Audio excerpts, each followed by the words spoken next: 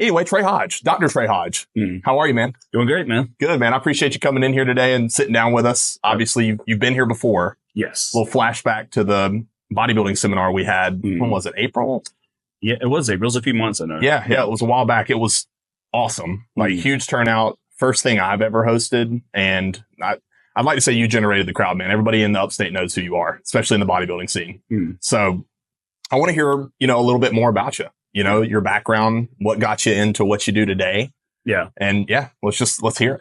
Yeah, it's kind of funny. Like, I always tell people, like, doors open at the craziest times. I feel like for me, my story kind of begins more when I was in like high school. And I feel like all of us who've ever played in competitive sports, like football, basketball, gymnastics and things, we always have our injuries. And I had a pretty significant injury when I played football.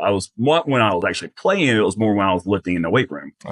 Was doing a squat, had a considerable amount of weight on the bar. And this was my junior year of high school. And I felt like a very sharp jolt pain in my lower back as I was coming up on the squat. Right. At that point, didn't think anything about it. I'm young. Right. And I'm thinking, it's just a little tweak something. I'll throw some dirt on, it'll get better. Right. And I basically ignored it, pushed it off. I would say probably 6 weeks after the injury had happened, I basically could barely walk. Gotcha. If I sat down more than like 5-10 minutes, my whole left leg would numbed on me. So it was getting pretty severe, and to the point where, I was kind of wondering what I had to do. So first off, went to orthopedic. They took x-rays, and they did do an MRI. Basically, I had pressure on spinal nerve roots that was coming from my spine from L4, L5, and L5, S1. So they were looking at, well, we can do this. We can do partial disc removal, surgery, and, maybe with a few months of rehab, you'd be back to normal for the most part. I was a little apprehensive being so young still with having surgery at that time. So I was a little, and plus, being scared to be put under, undergoing a night. Well, and that's not very reassuring to hear. Like, maybe you'll be back to normal. Well, well, even back then, and this was back in like, say, 98. Gotcha. So back then that was kind of like one of those 50-50s, 50% chance that you'll come back with full recovery, 50% chance that you might not recover fully. You might still have residual effects or residual problems. So, my dad, who had already been to a chiropractor before, old friend of his, actually a very smart, intelligent guy, he said, hey, why don't you try Dr. Mesker? So went to Dr. Mesker. He put me on a program of doing rehab as well as doing chiropractic with him. Awesome. Basically within about, I say a 2-month period, I went from not being able to do really about anything where I can bend over, lift anything, to where I was actually functional again. Okay. I just got back into lifting in the weight room after 3 months, and I'm basically back on the football field during spring training, able to play and able to run without having any issues. So that got my fire lit up for wanting to do that. Okay. Yeah. And that's what got me really involved in the idea of being a chiropractor. Right. At first, I would think I was probably more leaning towards like being a psychologist or even like something sports medicine related. No doubt. So that's kind of got my early bite of the bug of being a chiropractor and got me in that field. Moving forward, went through school, had a great experience. Actually graduated fairly young. I graduated when I was 24. So I went through it quick. I went through my undergrad quick, went to chiropractic, got that out, started practicing in California. During the process, I was actually getting involved into bodybuilding, competing. Okay. So did you go to Sherman here? Went to Sherman. Okay. And then because I moved to California, I actually finished my schooling at Life University in California. Okay. In Hayward. Yeah. So is there a Life in Georgia too? Yeah, there is Life. Okay. They're kind of like, they're basically sister schools. Understood. The Life, of course, in California, that university fits the curriculum for California State. Understood. And since I was moving to California, that's why I finished it there, because I had to do the physiotherapy requirements that were required for the state, which was basically 90 hours of physiotherapy and also clinical hours. Okay. And that. So I had to do that. So finished it there. Honestly, enjoyed my time in California. Actually, I was a football coach there too for about a few years with a high school team, as well as a strength and conditioning coach. Got involved with that, got involved with a lot of the athletics, but also the cool thing is I was working with a lot of young athletes then on diets because I was competing. Right. I was kind of like the go-to guy if you had any diet questions. And honestly, I was just doing it for fun back then. I used to handwrite programs for all my athletes and my kids that wanted to either gain weight, lose weight, whatever it may be. So that's kind of how I got my foot in the door of even not necessarily coaching like as a nutritional coach, but just coaching like young athletes. Yeah. Yeah. And I really, like I said, I had a true passion for it. I loved it. I also was a team doctor, so I was on the sidelines as well. So I had multiple roles as a coach, but also helping out the kids that way. Actually fast forwarding, basically moved back to the East Coast, had some changes I wanted to make and stuff. And I wanted to kind of open up another office and wanted to get closer to family again. Absolutely. So I moved back here and honestly met quite a few people that were in the competitive spirit too, like I was, had like minds. So I got back into almost like competing again.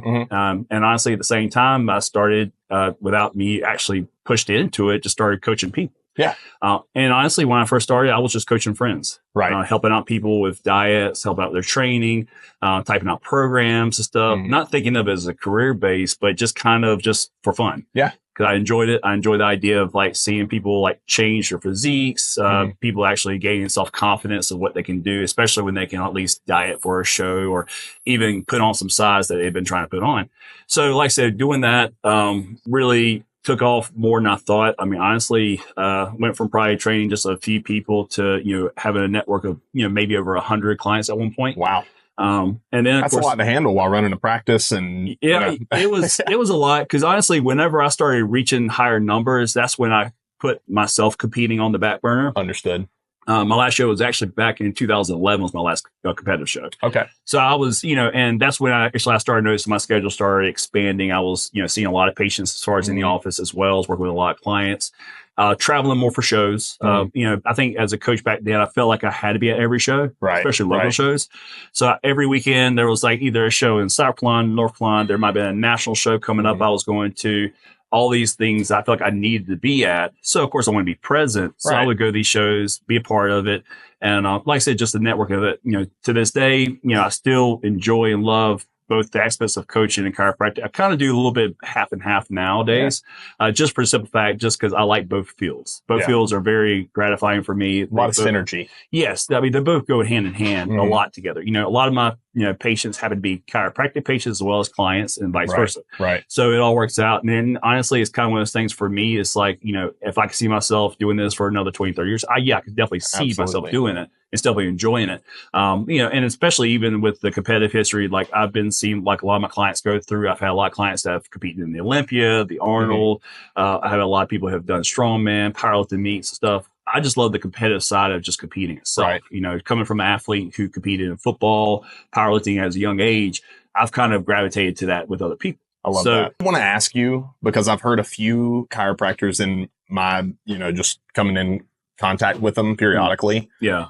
The difference between physiotherapy and standard like chiropractic care. Yeah. Because I think there is a pretty significant difference from what I've been told. Well, the thing is, even with us doing the physiotherapy part, like it is like basically physical therapy. Now, granted, it's not as in depth, I would say. Understood. Someone like as was it Alston? Being his field, like they're more like involved and they're doing programming to like that could be like weeks of like getting someone into like that rehabilitative state. Now we do is the physiotherapy we might use tools a lot that are in the physical therapy realm. Understood. We do a lot of the rehab exercises and things too. Okay. There's a lot of things I might give my clients as far as little things they can do at home. So it's more like home care they can do for themselves. Gotcha. I'm not necessarily on the floor, like doing a lot of that unless I'm like helping them like with a program and I'm like maybe modifying things for them to fit their injury and things like that. Gotcha. So I say with us, we do have the license and capability to build PT. Now, like granted, if I'm a chiropractor and I'm doing PT things like I'm doing rehabilitative like motioning or like muscle building, things like that, I can charge for that as a chiropractor in the PT realm because I am a primary healthcare provider. Right. So I can do that. It's like, say, just the involvement's different. Understood. Yeah. So that's just. Yeah. I always was curious. I met this one guy. He was fresh out of chiro school when I was in college. Yeah. And he introduced himself as Dr. So-and-so as a physiotherapist. He didn't even bring up. And I was like, you mean physical therapist? He's like, no. Yeah. I'm like, okay. And so I didn't know. I don't hear a lot of chiros around here promote that or talk about that. Honestly, it's most of us, like even in the state of South Carolina for a license, you still need so many hours of physiotherapy and stuff to do that, do therapy and stuff. And granted, it's your personal prerogative if you choose to do it in practice. There's a lot of chiropractors who don't do it. Understood. To just strictly do adjusting because they basically, we got license. Yeah, we can do it. We just want to focus on the adjustment aspect. Yeah. For me as a whole, I like incorporating both, because I know a lot of times, even with the chiropractic adjustment, it doesn't necessarily solve the problem. True. That's why I promote like physical therapy. I promote massage therapy. I promote stretch therapy. There's all these aspects that I like to encompass as far as in true healing of the body. Because my thing is, you come in and get adjusted, you feel great, but guess what? 2-3 days later, it could be out of whack again. Right. And reality is, if the muscles are not retrained, to help kind of hold that in place, then it's never going to hold. True. So that's why I'm a big advocate of all those that actually do help, because all those work together. They all can help build on top of each other. And a lot of times too, if you're a chiropractor who doesn't choose to do the therapy in your practice, honestly, if you're referring, you have a good system where you're referring to massage therapy and physical therapy too, a lot of times your patients respect you more because you're willing to help them out on a long-term basis with getting the proper care they need. Gotcha. And I agree. I mean, I think health is found in, multiple different fields. And when they're brought together, that's when the magic happens. Yeah. But speaking of magic happening, that's my segue right there. Yeah. Next Saturday at Carolina Iron Gym, we are having the Upstate Health and Fitness Seminar, and you're going to be one of our keynote speakers alongside, I believe, Austin Pack with All Prime. So what is it that you're looking forward to, educating the people there about? Honestly, for there, just get an idea of chiropractic. Some people just think, okay, well, you're just cracking bones, or, there's different names, different terms, manipulation, adjustment. Yeah, we can use cracking as well. Yeah. Well, now apparently even like waving your hands over, network chiropractic. It's a little different. There's a lot of different philosophies, aren't there? There is different philosophies, and trust me, there's different niches in chiropractic. But with the philosophy I have and what I was learning in school is basically what our goal is to basically, there is like what we call subluxations, which is misalignments of the spine that can cause a nerve interference, which basically means there's pressure that's being put on nerve, whether it be by inflammation, be by soft tissue, that causes that delay response. And that could be a delay response of function. And that's what our goal is to, of course, in a lot of cases, there is pain with that dysfunction that can happen, which is very small percentage cases. Most time you can have dysfunction without pain. Yeah. And that's what people don't understand. Of course, now, granted, people do go to chiropractors when they're in pain mostly. I have people that even to this day that will show up, barely walk, that come in office. And granted, I might can adjust them that day and they might get a lot of relief, or they might get a very minute amount of relief, but because the problem's been there for years or been there for a long time. So it takes time to correct it. Now, granted, like I said, our goal as chiropractor is to take pressure off that, that nerve or the interference of that that's impeding it and get it back to normal function. Awesome. And that's our goal. Our goal is to do that. And of course, with adjusting, that does help a lot. And that's why I say when I incorporate like things like physical therapy, what Austin does, or physical therapy, what he truly does.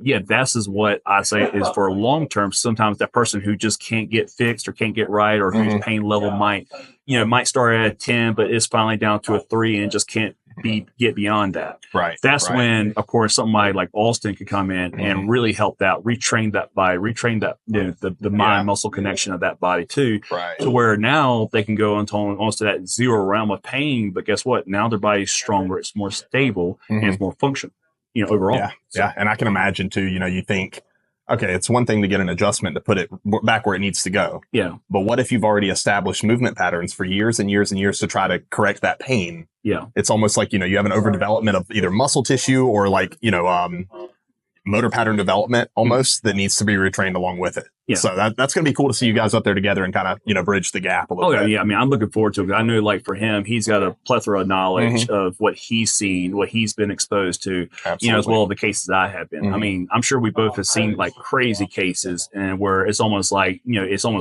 it'd be almost impossible for us to see like actually like results out of it. And we do maybe get results, or sometimes we might get stuck a little bit and it takes more time. Right. It just happens, everybody's be different. Everybody's got a different, in terms of body, different past history of injury, illness and stuff, things like that can happen that can impede sometimes the healing factor of the body too. Right. So. That would be a cool piece of content to see, like a panel of chiropractors and a panel of physical therapists sit down and have coffee together and discuss, patient interactions and stuff. That'd be really, I'd love to watch that at least. Well, and that's the thing, because I think a lot of times, even from the physical therapy point of view and stuff of like what they see in their patients as far as the patient transitioning from where they, began until like how they end is always fascinating to me. So I've always heard a lot of stories. I've worked with a lot of physical therapists.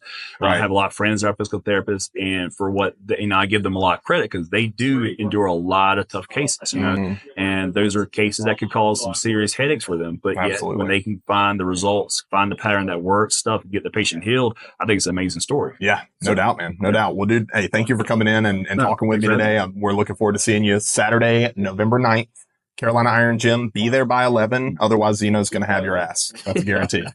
Probably my ass. I don't know. Both. Thanks again. All right.